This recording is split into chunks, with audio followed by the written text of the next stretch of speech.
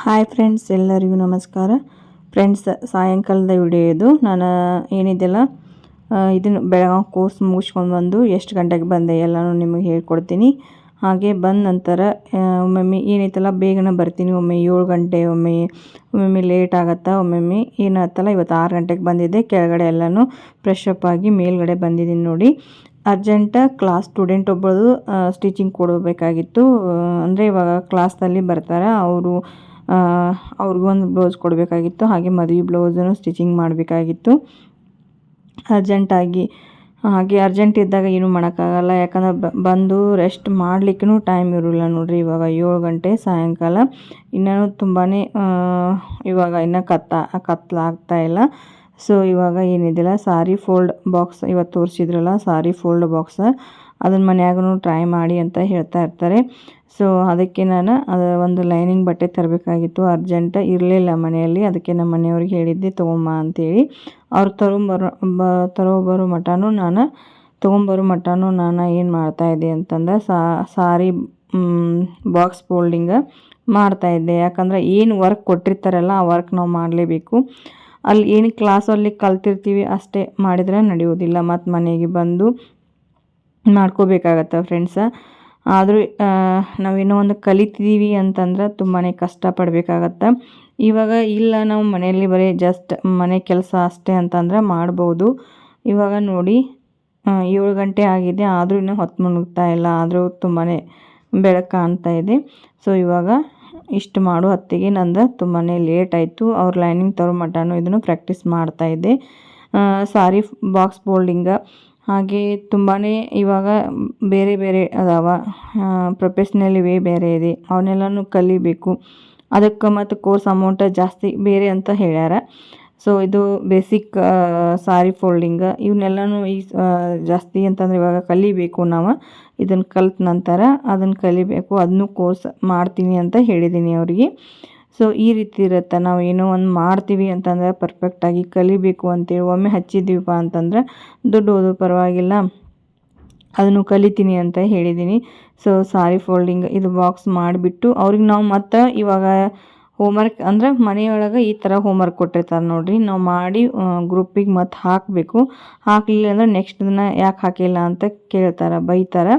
So ಯಾಕಂದರೆ ನಾವು ಕಲಿಯಲಿಕ್ಕೆ ಬಂದಿರ್ತೀವಿ. ಇವಾಗ ಇಷ್ಟು ಮಾಡೋಕೆ 8 ಗಂಟೆ ಆಯಿತು ನೋಡಿರಿ ಟೈಮ್. ಇಷ್ಟೆಲ್ಲ ಫೋಲ್ಡ್ ಮಾಡಿ ಇದನ್ನ ಮಾಡಿ ಅಂದರೆ 8 ಗಂಟೆ. ಮತ್ತು ಇವಾಗ ಕಟಿಂಗ್ ಮಾಡಿ ಒಂದು ಸ್ಟಿಚಿಂಗ್ ಮಾಡಬೇಕು. ಸೊ ಇವತ್ತೇನು ಅಷ್ಟೊಂದು ಅಡುಗೆ ಇರಲಿಲ್ಲ, ಅಂದರೆ ಅಡುಗೆ ಕೆಲಸ ಜಾಸ್ತಿ ಇರಲಿಲ್ಲ.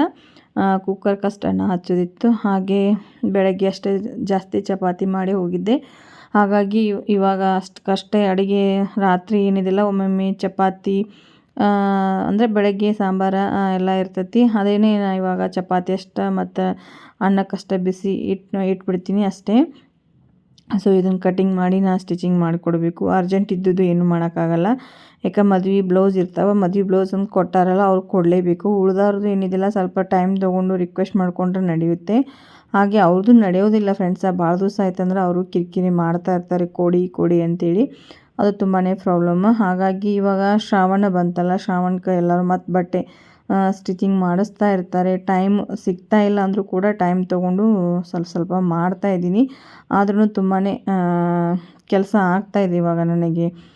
ಹೋಗೋದು ಬರೋದು, ಹಾಗೆ ಅಲ್ಲಿ ಮಾಡೋದು, ಮನೆಗೆ ಬಂದು ಪ್ರಾಕ್ಟೀಸ್ ಮಾಡೋದು, ಹಾಗೆ ಬ್ಲೌಸ್ ಸ್ಟಿಚಿಂಗ್ ತುಂಬಾ ಪ್ರಾಬ್ಲಮ್ ಅನ್ನಿಸ್ತಾ ಇದೆ. ಆದರೂ ಇದು ಆಯ್ಕೆ ಮಾಡ್ಕೊಂಡಿರುವಂಥ ಬಿಸ್ನೆಸ್ ಅಲ್ವಾ, ಮಾಡಲೇಬೇಕು. ಯಾಕೆ ಇಷ್ಟಪಟ್ಟು ಮಾಡ್ತಾಯಿದ್ದೀವಿ. ಅಷ್ಟೊಂದು ಕಷ್ಟ ಅನಿಸೋದಿಲ್ಲ.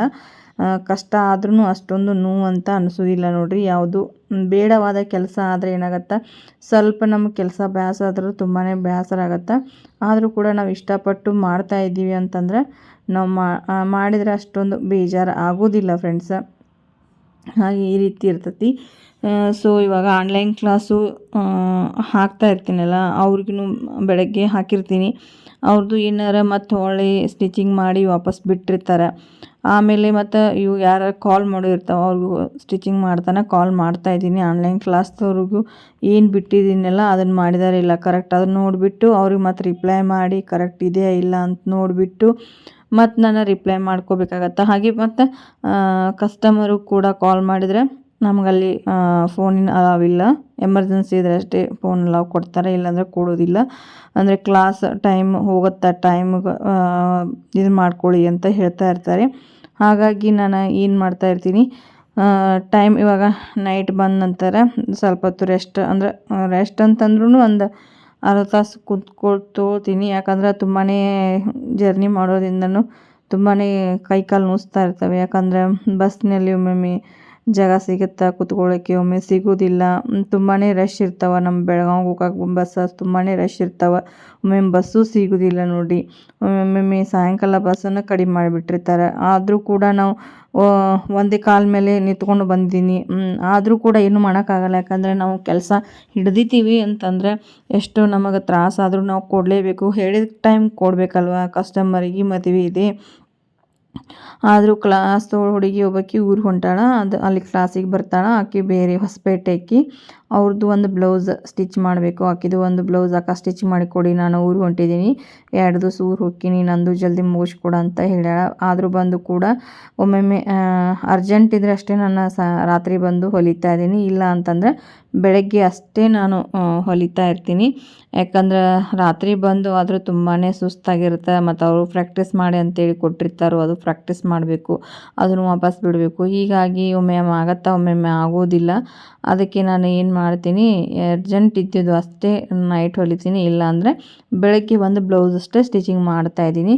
ಆದರೂ ಕೂಡ ಇವಾಗ ಮತ್ತೆ ಜಾಸ್ತಿ ಬಂದುಬಿಟ್ಟ ಫ್ರೆಂಡ್ಸ್, ಏನೂ ಮಾಡೋಕ್ಕಾಗಲ್ಲ. ಯಾಕಂದರೆ ಇದೆಲ್ಲ ಮುಗಿದ ನಂತರ ಮತ್ತು ನಾನು ಬೆಳಗ್ಗೆ ಎದ್ದು ಏನು ಹೊಲಿತಾ ಇರ್ತೀನಲ್ಲ, ಇಡೀ ದಿವಸ ಹೊಲಿಬೇಕು. ಆವಾಗ ಕಂಟ್ರೋಲ್ ಆಗುತ್ತಾ, ಇಲ್ಲಾಂದ್ರೆ ಕಂಟ್ರೋಲ್ ಆಗೋದಿಲ್ಲ. ತುಂಬ ಜನ ತುಂಬಾ ಸ್ಟಿಚಿಂಗ್ ಕೊಟ್ಟಿದ್ದಾರೆ. ಫ್ರಾಕ, ಲೆಹಂಗಾ, ಪಂಚಮಿಗೆ ಲೆಹಂಗಾ ಇವನ್ನೆಲ್ಲನೂ ಕೊಟ್ಟಾರೆ ನೋಡ್ರಿ. ಸ್ಟಿಚ್ ಮಾಡಿ ಕೊಡಬೇಕು, ಅವನು ತೋರಿಸ್ತೀನಿ ಈ ಸಲ ವಿಡಿಯೋದಲ್ಲಿ. ನಿಮಗೆ ವಿಡಿಯೋ ಹಾಕ್ತೀನಿ, ಕಟಿಂಗ ಸ್ಟಿಚಿಂಗ ಹಾಕ್ತೀನಿ.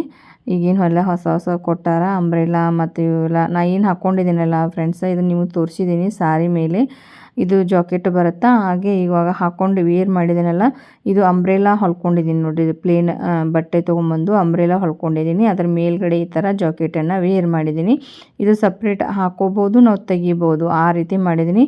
ಎಲ್ಲರೂ ಇವತ್ತು ಇದನ್ನೇ ಹಾಕ್ಕೊಂಡು ಹೋಗಿದ್ದೆಲ್ಲ ಕೇಳ್ತಾಯಿದ್ರು, ತುಂಬಾ ಚೆನ್ನಾಗಾಗಿದೆ ಅಲ್ವಾ ಇದು, ರೆಡ್ಮೇಡಾ ಅಂತ ಕೇಳ್ತಾಯಿದ್ರು. ಇಲ್ಲ, ನಾನೇ ಸ್ಟಿಚಿಂಗ್ ಮಾಡಿದ್ದು ಅಂತ ಹೇಳ್ತಾ ಇದ್ದೆ. ಅಲ್ಲಿ ಬೆಳಗಾವದಲ್ಲಿ ಅಲ್ಲೆಲ್ಲ ಕ್ಲಾಸಿಗೆ ಬರ್ತಾರಲ್ಲ, ಅವ್ರು ಹೇಳ್ತಾಯಿದ್ರು ತುಂಬಾ ಚೆನ್ನಾಗಿ ಕಾಣ್ತಾ ಇದೆ, ನಿಮಗಿದು ರೆಡ್ಮೇಡ್ ಅಂತ ಮಾಡಿದ್ವಿ ನಾವು ಅಂತ ಹೇಳ್ತಾಯಿದ್ರು. ಇಲ್ಲ, ತುಂಬಾ ಚೆನ್ನಾಗಿ ಕಾಣ್ತಾ ಇದೆ ನೋಡಿ ಅಂತ ಹೇಳ್ತಾಯಿದ್ರು. ನನಗೂ ತುಂಬಾ ಇಷ್ಟ ಆಯಿತು ನೋಡ್ರಿ ಇದು.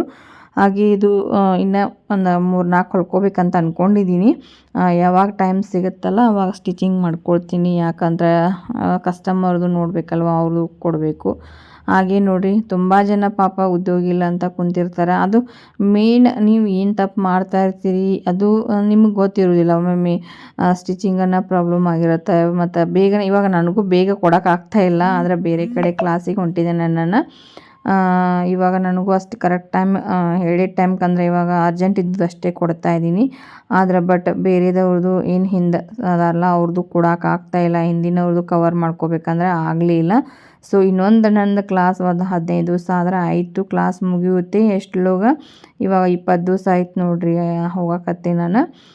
ಎಷ್ಟು ಬೇಗನೆ ಆಯ್ತು ಅಂತೇಳಿ ಅಂದ್ಕೊಳ್ತೀನಿ ನಾನು. ಇನ್ನೊಂದು 15 ದಿವಸ ತ್ರಾಸ ಪಟ್ರೆ ಆಯಿತು ನೋಡಿರಿ.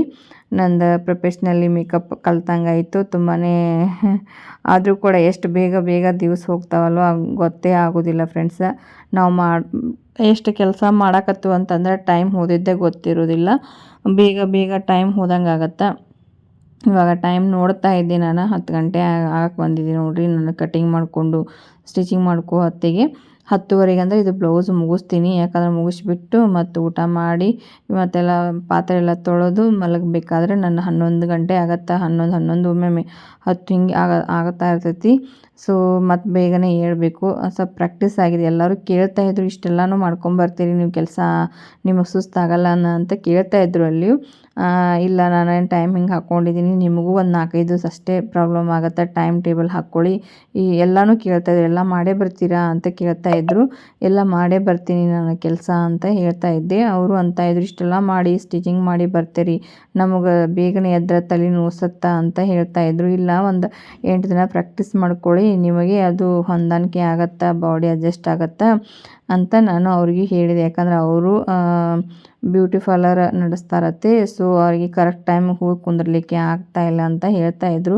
ಇಲ್ಲ ರೀ ನಿಮ್ಮದು ಟೈಮ್ ಟೇಬಲ್ ಹೇಳಿ ಅಂತ ನಿಮ್ಮನ್ನ ಕೇಳ್ತಾ ಇದ್ದೀನಿ, ನೀವು ಯಾವ ಥರ ಮಾಡ್ತೀರಿ ಅಂತ ಕೇಳಿದ್ರು. ನಾನು ಎಲ್ಲ ಮಾಡ್ತೀನಿ ಅಂತ ಹೇಳಿದೆ. ಸೊ ನಾವು ಒಂದು ಟೈಮ್ ಟೇಬಲ್ ಹಾಕ್ಕೊಂಡು ಬಾಡಿ ಅಡ್ಜಸ್ಟ್ ಆಗೋ ಮಟ್ಟ ಸ್ವಲ್ಪ ತ್ರಾಸ ಆಗ್ತಾ ಇರ್ತೈತಿ, ಆದರೂ ಕೂಡ ನಾವು ಮಾಡಬೇಕು.